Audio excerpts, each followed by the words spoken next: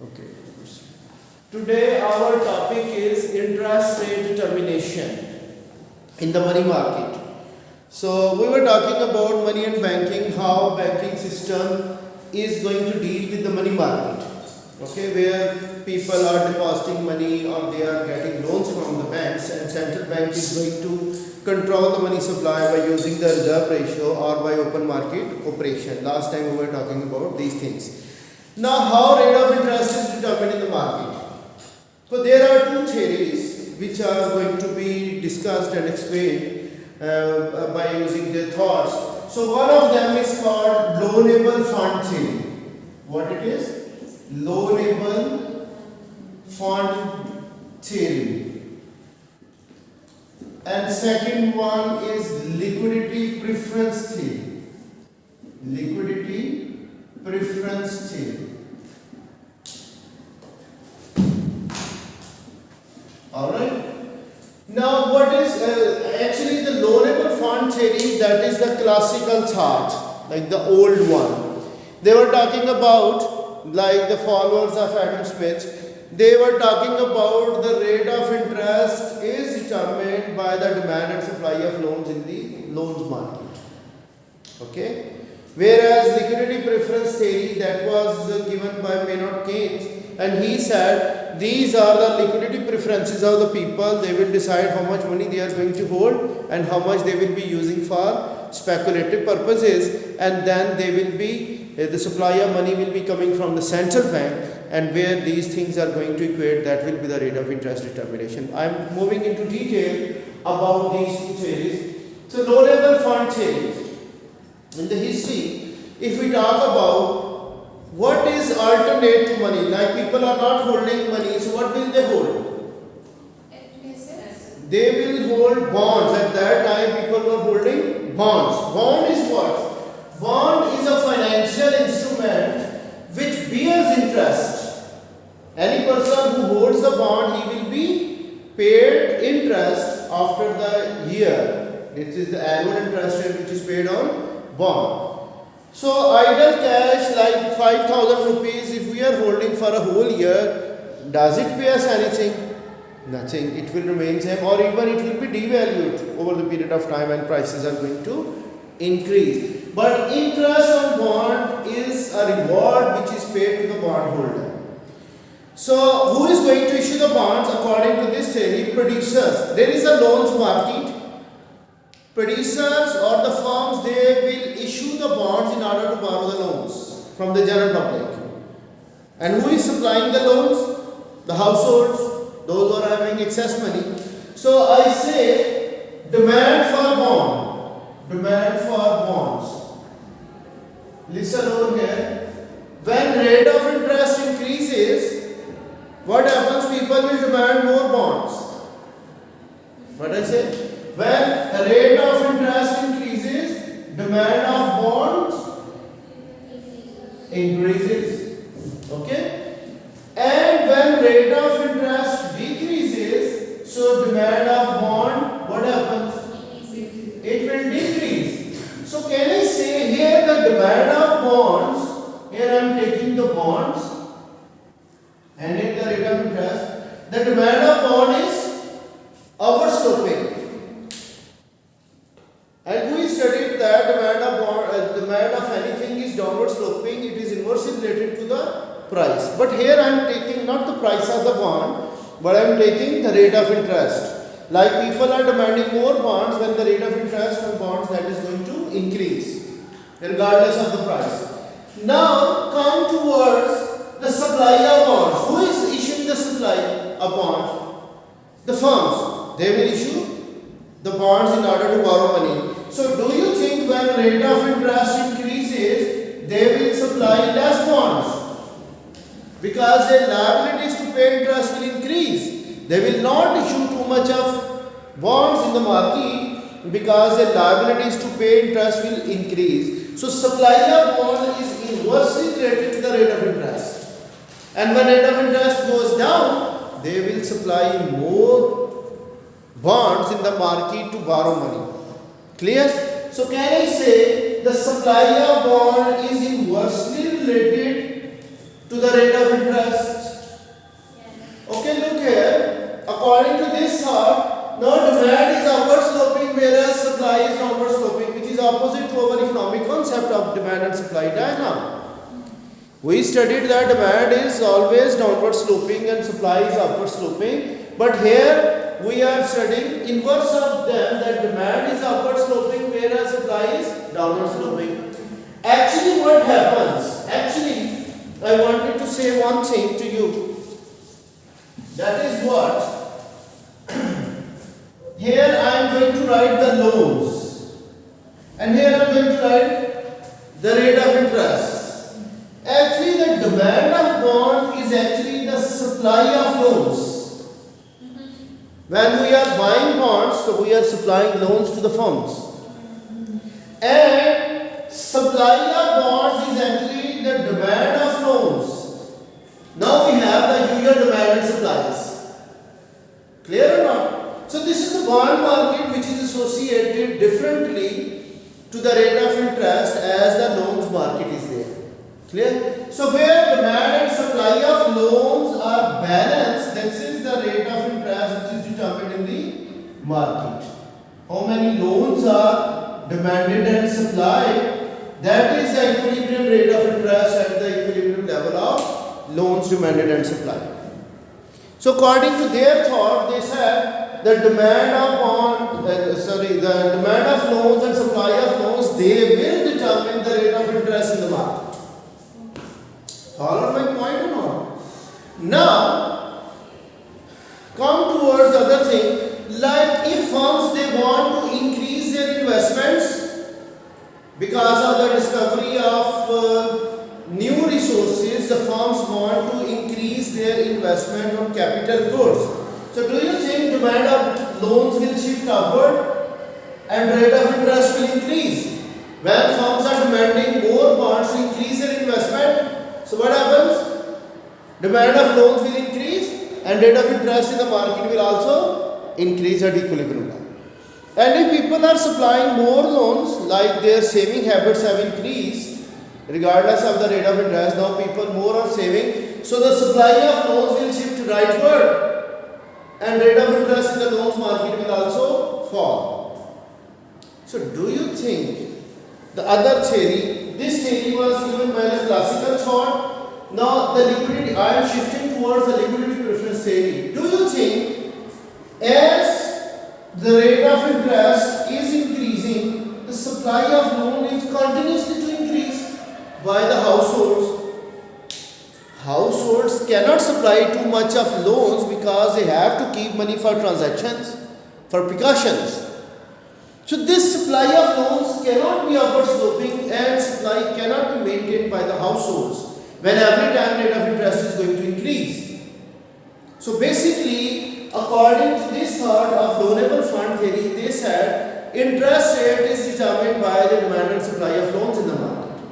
Whereas the other theory, which was given by Maynard Keynes, he said loanable fund theory is incorrect to determine the rate of interest, because people cannot supply new currency notes by themselves. Supply of money comes from the central bank, whereas demand of money comes from the households. Okay, I gave you some of the knowledge and understanding about why do people hold money. Do you know? What are the reasons behind the holding of money? Yes, the liquidity preferences. This is the main thing. There are three reasons of holding money. One is called transactionary demand. Transactionary demand of money. So, how will this demand be affected?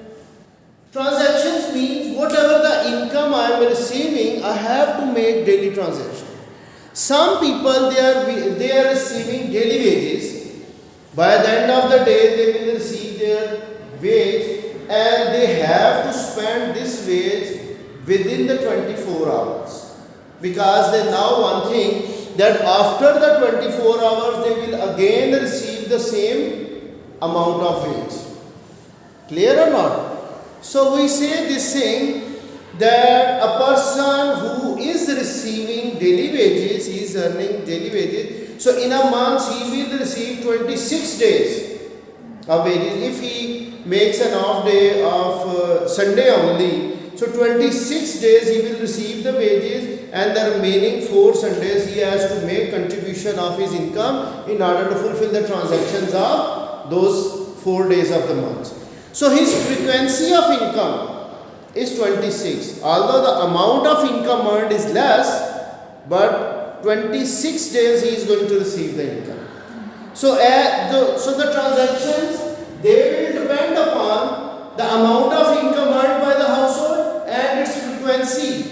How many times people are able to earn money. Like some of the workers, they are receiving weekly wages. By the end of the week, they will receive their working hours wage, 40 hours per week. If they have worked, their wages will be credited to their accounts. Do you think that worker who is receiving weekly wages, he will spend all of the wage on the very first day he or she receives? He has to make the transactions of the whole week. On the end of the next week, he will be again receiving the wage. Okay? So his frequency to earn income in a month will be the 4 times. 4 times he is going to receive income. And some workers, they are receiving their wages fortnightly. After every 15 days, they will receive the income. So they have to make transactions of 15 days. And the salaried people, they have to receive once in a month. And they have to make the transactions of the whole month within that income. So I say, transactional demand of money will depend upon the income people are able to earn and the frequency of income, how many times people are able to earn income. Clear? So as income is increasing or frequency of income they are able to earn, that will increase, so more they will be able to make transactions.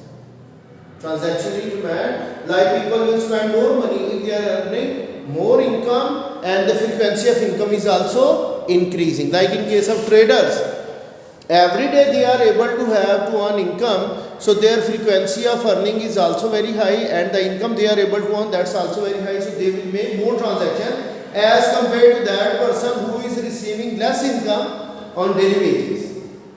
Clear? What is the second? Okay, look here, this transactional demand of money, do you think it is affected by the change in rate of interest? People have to make transactions, so this is called active balance. Whatever the rate of interest is there, people do not decrease this holding of money because they have to make transactions. Whereas the second holding, that is precautionary demand. What do you mean by precautions? Precautionary demand, like for uncertainties, uncertain situations everyone has to face in his life. So what happened? Out of the transaction, we all are keeping some amount of money for uncertain situations. Like you are coming to the school early in the morning, you keep some cash with you, that at any time you will be needing that money.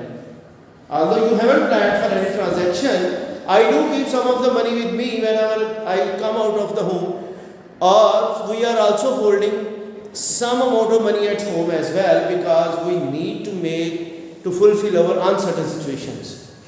Okay? So precautionary means for uncertainties people are holding money. So these two holdings of money, they are called active balance. What it is? Active balance, and they are unaffected. Here I am writing money and here I am writing rate of interest. So this is the active balance. Whatever the rate of interest is there, people have to hold this much of money for transactions and precautions. Alvina, is it clear now? Now the third holding of money is called what? Speculative demand. What do you mean by speculation? Now this is the active money. Please listen. After fulfilling all the transactions, keeping money for precautions, still money is left over with people. What is that? idle cash. What it is? Idle cash. Now it is the spare cash with every business, with the individuals. Okay. So where will this idle cash will be used? Do you know? Either people will buy the bonds which are bearing interest, or they will deposit this money with the bank where reward is paid in the form of interest, or they will buy the properties, real estate, or they will buy gold, foreign currencies, because idle cash pays nothing to the holder. Follow my point? So with this idle cash, this is called actually the liquidity preference. When the reward on other assets like bonds are bearing more interest and saving accounts are bearing more interest, properties are having more reward, people will hold less idle cash and they will hold those assets where rewards are high.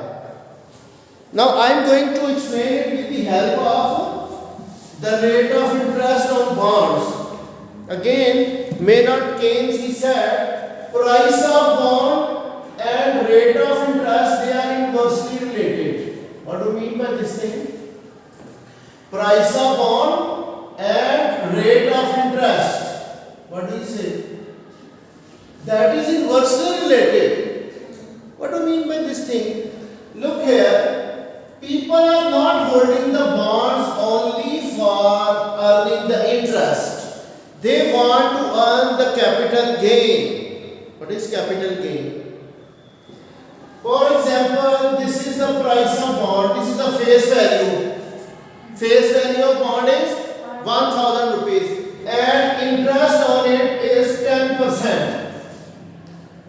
If a person is holding this bond, he or she will be paid interest at the end of the year. That is the 10%, 100 rupees will be paid to that bondholder by the end of the year. Now see, this is the face value. If the market value of bond increases more than 1000, for example, it's now face value remains 1000, but market price is now 2000. Okay, so if the holder of bond sells this bond, he is able to earn a capital gain, like in shares now. When ordinary shares of the public limited companies, their market price has increased, people are selling those shares. Okay, for example, listen, if this is the market price now, and now a person who is buying this bond at 2000 rupees, he will be paid the 10% interest on the face value. But that 10% is the 5% of 2000. So price of bond and rate of interest are inversely related. When market price of bond is increasing, interest on that will decrease. Clear? So do you think when price of bond is increasing, interest on bond is less, people will not buy too much bonds. They will keep money with them rather to buy the bonds. And when price of bond, for example, its face value is 1000, but its market price has gone down below 1000. It's now 500. But if a person is holding that bond, 10%, which is the 100 rupees, will be the 20% of 500. So when price of bond goes down, people will buy more bonds because interest on that bond is going to increase. Clear? This is how speculation works with rate of interest and price of bond. Okay? So this is the speculative demand for money. So I explained you price of bond with rate of interest. So how can we draw the diagram of speculative holding? Here I am writing money. Here I am writing rate of interest. This is the liquidity preference or the liquidity preference or money demand, you can say. When rate of interest is high, price of bond is lower, people are buying more bonds and they are holding less liquidity of money. Where this idle cash is going? To hold bonds, to hold saving accounts. And when rate of interest is going to decrease, so price of bond will be higher, people are selling the bonds and they are holding idle money. So rate of interest and money will be inversely related. Money demand or liquidity preferences. You can say here I should write the liquidity preferences. Okay. So they are inversely related with each other. So this comes from where? This is from the household side, why people are holding money. Clear? So where the supply of money is coming, money supply is set by, money supply is fixed by, very good, fixed by the central bank. Okay?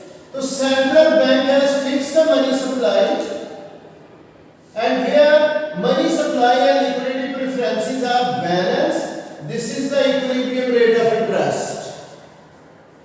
Instead of demand and supply of loans, according to this theory, interest rate is determined by the liquidity preferences of people and supply of money comes from the central bank. So we have this thing, the interest rate determination in the market. Okay? When national income increases, people are demanding more money, so the rate of interest will increase. Income increases, demand will shift rightward. Okay? And when central bank increases money supply, I gave you the money multiplier, when the reserve ratio is decreased, money supply will increase, or central bank prints new notes. So when money supply shifts rightward, rate of interest in the money market will decrease. Clear or not? Now one thing is left over, that is liquidity trap. Let me finish this, then this topic will be over. What do you mean by liquidity trap? Liquidity trap.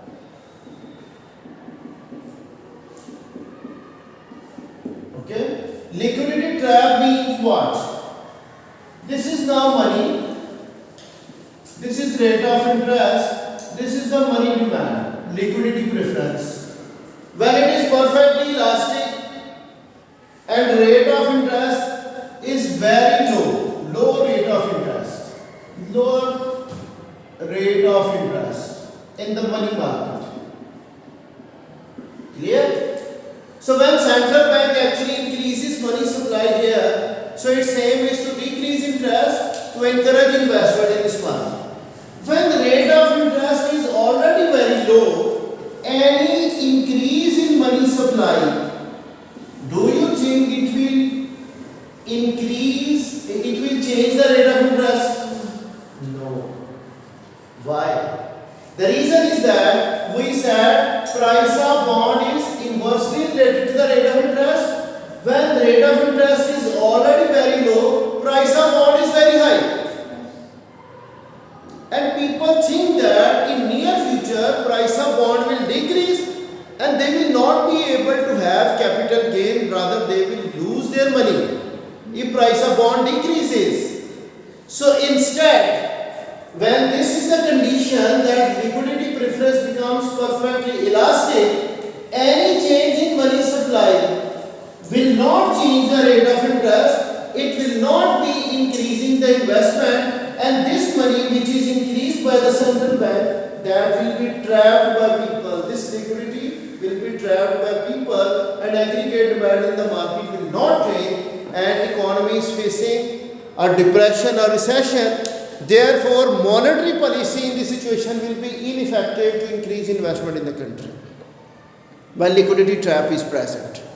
People think that price of bond is very high. If they could buy the bonds at that time when price of bond is very high, so in near future price of bond will decrease and they will be losing their money. So rather, buying the bonds, they trap that money with them. This is called liquidity trap, and it shows that monetary policy will not be giving us the fruitful results when liquidity trap is present in case of Great Depression in the economy. Alright, this is all about interest rate determination.